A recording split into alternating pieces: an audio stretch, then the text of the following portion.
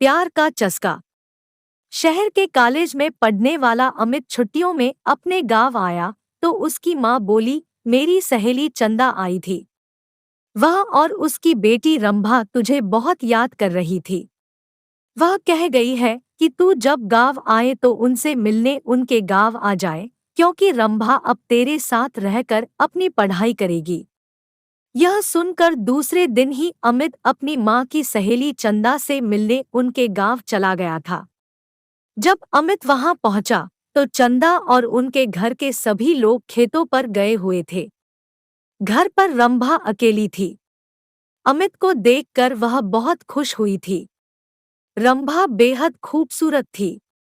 उसने जब शहर में रहकर अपनी पढ़ाई करने की बात कही तो अमित उससे बोला, तुम मेरे साथ रहकर शहर में पढ़ाई करोगी तो वहां पर तुम्हें शहरी लड़कियों जैसे कपड़े पहनने होंगे।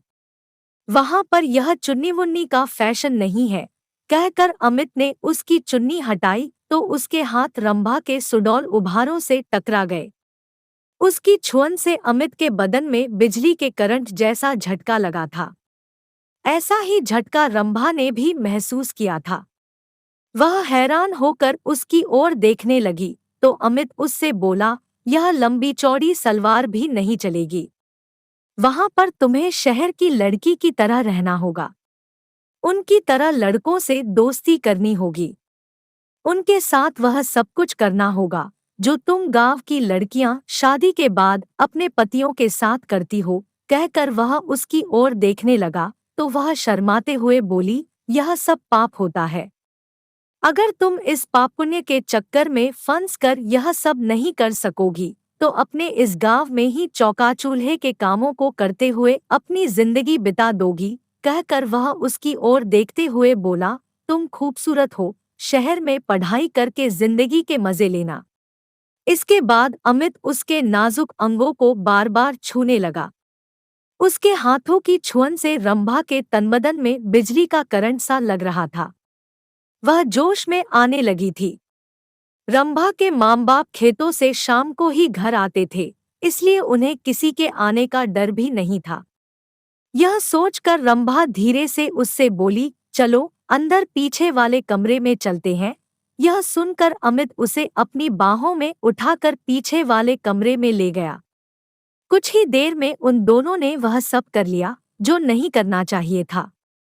जब उन दोनों का मन भर गया तो रंभा ने उसे देशी घी का गर्मागर्म हलवा बनाकर खिलाया। हलवा खाने के बाद अमित आराम करने के लिए सोने लगा। उसे सोते हुए देखकर फिर रंभा का दिल उसके साथ सोने के लिए मचल उठा। वह उसके ऊपर लेटकर उसे चूमने लगी तो वह उससे बोला, तुम्हारा दिल दोबारा मचल उठा है क्या? तुमने मुझे प्यार का चस्का जो लगा दिया है। रंभा ने अमित के कपड़ों को उतारते हुए कहा। इस बार वे कुछ ही देर में प्यार का खेल खेल कर पस्त हो चुके थे, क्योंकि कई बार के प्यार से वे दोनों इतना थक चुके थे कि उन्हें गहरी नींद आने लगी थी। शाम को जब रंभा के माँ बाप अपने खेतों से घर लौटे तो अमित को देखकर खुश हुए। रंभा भी उसकी तारीफ करते नहीं थक रही थी। वह अपने माँ बाप से बोली, अब मैं अमित के साथ रहकर ही शहर में अपनी पढ़ाई पूरी करूंगी। यह सुनकर उसके पिताजी बोले, तुम कल ही इसके साथ शहर चली जाओ। वहां पर खूब दिल लगाकर पढ़ाई करो। जब तुम कुछ पढ़ लिख जाओगी तो तुम्हें कोई अच्छी सी नौकरी मिल जाएगी। तुम्हारी जिंदगी बन जाएगी।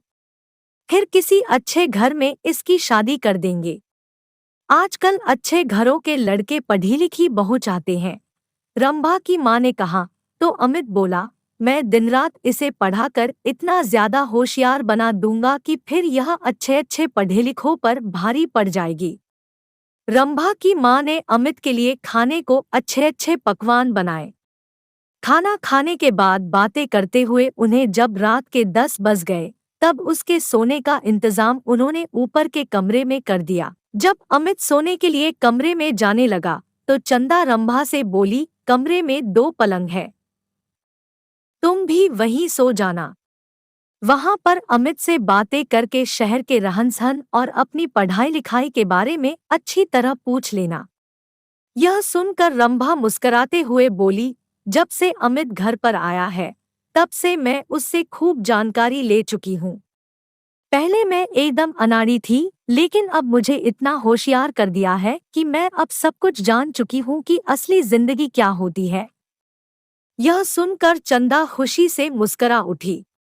वे दोनों ऊपर वाले कमरे में सोने चले गए थे। कमरे में जाते ही वे दोनों एक दूसरे पर टूट पड़े। शहर में आकर अमित ने रंभा के लिए नए नए फैशन के कपड़े खरीद दिए, जिन्हें पहनकर वह एकदम फिल्म हीरोइन जैसी फैशनेबल हो गई थी। अमित ने एक कॉलेज में उसका एडमिशन भी करा दिया था। जब उनके कॉलेज खुले तो अमित ने अपने कई अमीर दोस्तों से उसकी दोस्ती करा दी, तो रंभा ने भी अपनी कई सहेलियों से अमित की दोस्ती करा दी। गांव की सीधी सादी रंभा शहर की जिंदगी में ऐसी रम गई थी कि दिन में अपनी पढ़ाई और रात में अमित और उसके दोस्तों के साथ खूब मौज मस्ती करती थी। जब रंभा शहर से दूसरी लड़कियों की तरह बनसंवर कर अपने गांव जाती, तब सभी लोग उसे देखकर हैरान रह जाते थे। उसे देखकर उसकी दूसरी सहेलियां भी अपने माँ बाप से उसकी तरह शहर में पढ़ने की जिद करके शहर में ही पढ़ने लगी थी। अब अमित उसकी गांव की सहेलियों के साथ भी मौज मस्ती करने लगा था। उसने रंभा की तरह उनको भी प्यार का चस्का जो लगा दिया था।